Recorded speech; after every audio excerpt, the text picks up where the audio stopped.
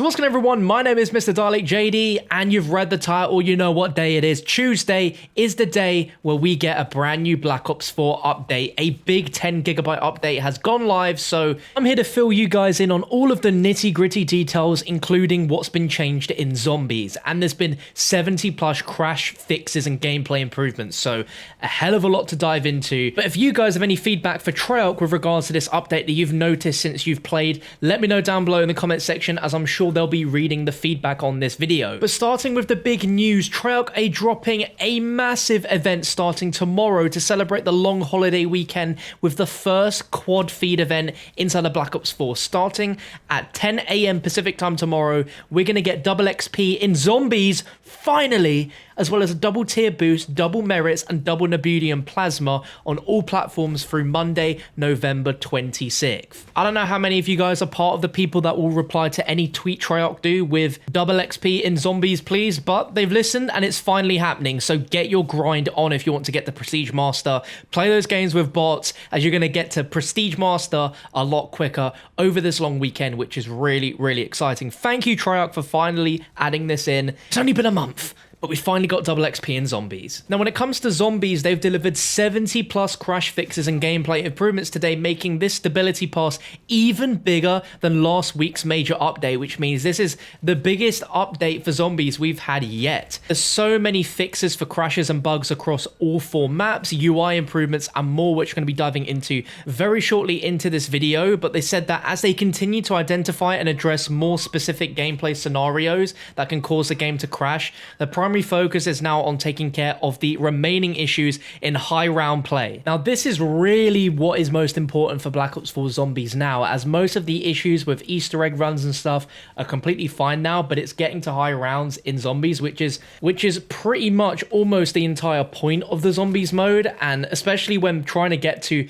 Classified's round 150 Easter egg cutscene legitimately is still an impossible task at this moment in time. They are trying everything they can to fix and iron out those issues. They said they've bolstered their ability to research and investigate these issues, and they have several fixes in the works that will be rolled out in the near future. This is definitely a very promising word here from Treyarch. I would assume that in next week's title update, if there is one, that should probably have some of those fixes already in place to help with the high round stability, because it is a little bit of a joke, especially when you've round gated an Easter egg ending that you can't get without glitching. It's pretty crazy that that's still, not really a thing that's feasible at this point. Now, if you play on Xbox One or PC, you'll now have access to Newtown, that'll be in the game now, and zombies will now spawn on Newtown Island in Blackout with a new zombie stash spawn located behind the Newtown sign for a limited time. That's always a fun time.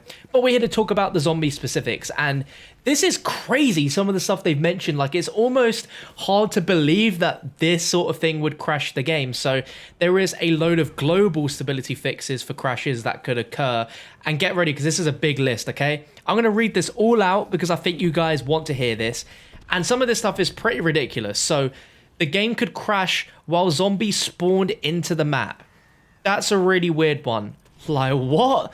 Why would that be a cause for the game to crash? That's crazy. Similarly, a fix to crash that could occur when the mystery box loaded into the map.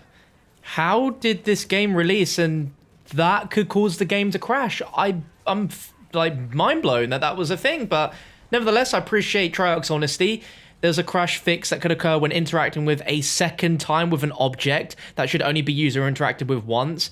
That's pretty bad that was in here for so long. That's now fixed. So if you interacted with an Easter egg item, like activating a music Easter egg, if you press square on that more than once, your game could crash. They also fixed a crash that occurred when an enemy climbed or mantled over railing or terrain in order to spawn into the playable space, when updating player stats in the after action screen, when disconnecting and reconnecting the controller during a match, after disconnects while one player was reviving another, when triggering the Winter's Well explosion effects, when a player disconnected within a certain time after joining the game, when zombies were moving away from downed players, when a player was downed whilst using the Ragnarok DG5, when a bot decided to kill the last enemy in the round. Like, what? If a bot killed the last zombie, that could cause your game to crash apparently, but that's sorted now. When the player disconnected after using points drops and before they were picked up, when a player disconnected as the Hellfire's Infernal Tempest disappeared, when a player used the Burned Out Elixir, when the inventory updated while picking up an item, when a player's grenades were restored as the next round started, when a player disconnected while a power-up dropped, when the player disconnected from their party while in the custom game screen, when calculating the player's final score at the game over screen, when interacting with the crafting table to craft any item for the first time, when Dying Wish and Winter's Well cooldown UI elements were on screen, when updating the player's stats and score when tracking rush multipliers, when the player disconnected while opening a door. That's a weird one. Killing zombies with the Ragnarok DG5 could crash the game, when triggering kilowatts effects and when triggering frostbites effects. So overall, a lot of really weird fixes there, like for stuff that you think would never crash the game. Now before we jump into map specific fixes, there's also some gameplay global resolutions where text for XP earned from each challenge tier was missing from the after action report. So if that wasn't there when you'd done a challenge, you were like, have I even done this challenge? Apparently now that's fixed. The resolved an issue where the player could be permanently stuck when grabbed by the Blightfather's tongue. Can we get a hell yeah in the comment section for that one? Because the amount of times where you're doing a challenge on 9 which involves you having to kill the Blightfather or being grabbed by his tongue and being permanently stuck. Like, hello? What? That's crazy. That's now fixed. Concoctions UI remained on screen when switching from the lab to the identity screen. The UI incorrectly indicating the players that prestige unlock tokens could be spent on permanently unlocking custom class slots.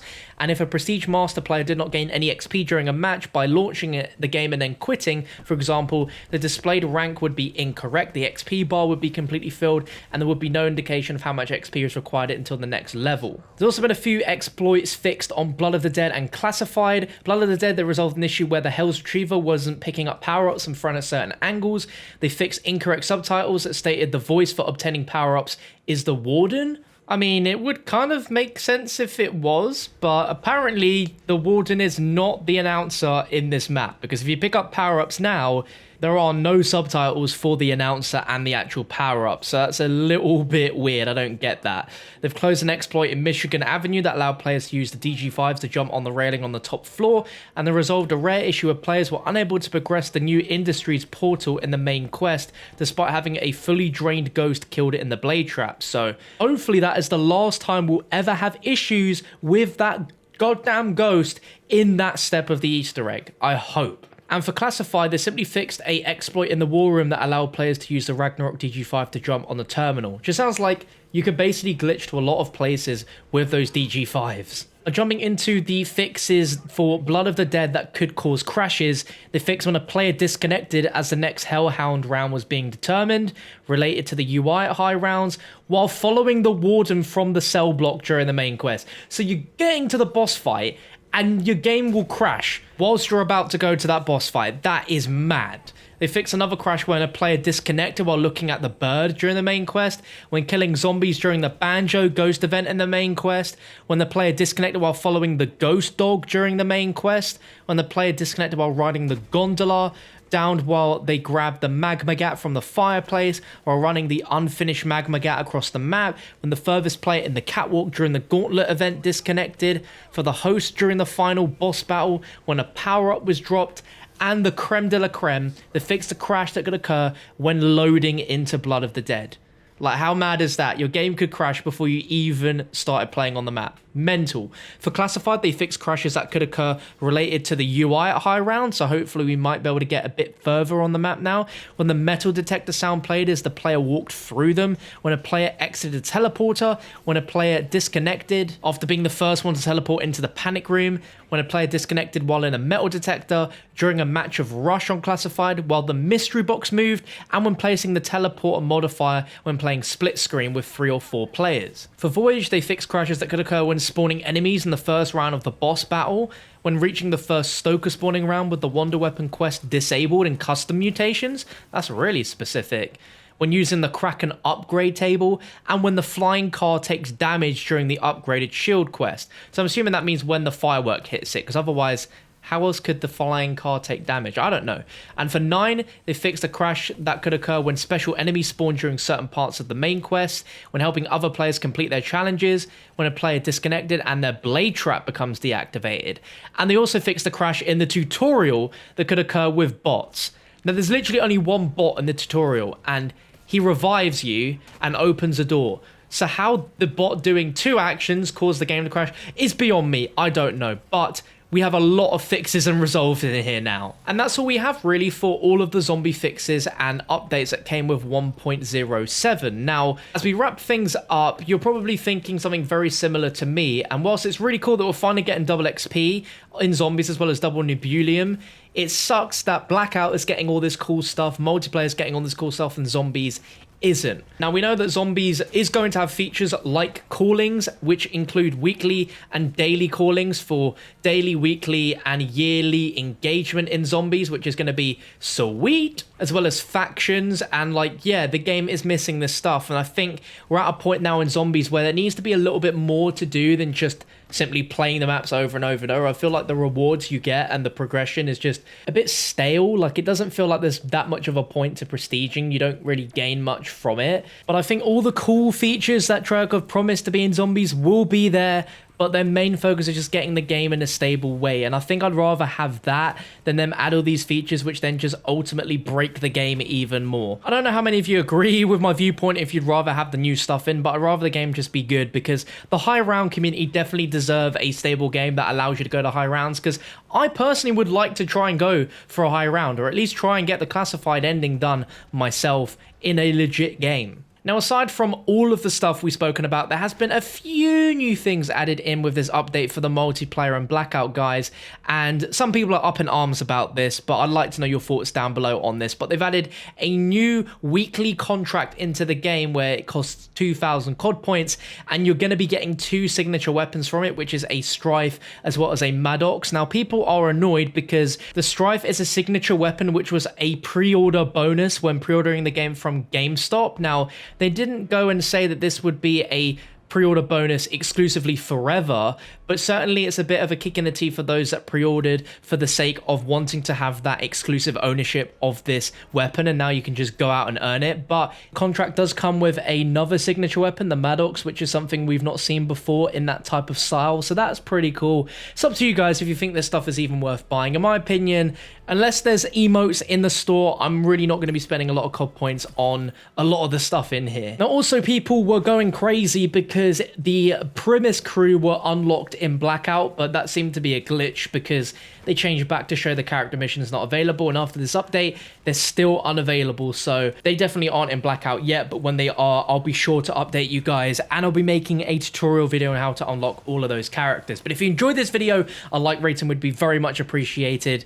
Any feedback you have for Treyarch, like I said, let me know down below in the comment section, and feel free to subscribe to get yourself up to date with the latest, greatest zombies news and information on Black Ops 4 going forwards. And if you are subbed, turn that notification bell on, man, because YouTube can be funky and sometimes not show you my videos, and that's just very sad. But in anyways, thank you for watching, and I'll catch you for another one of my uploads very, very soon.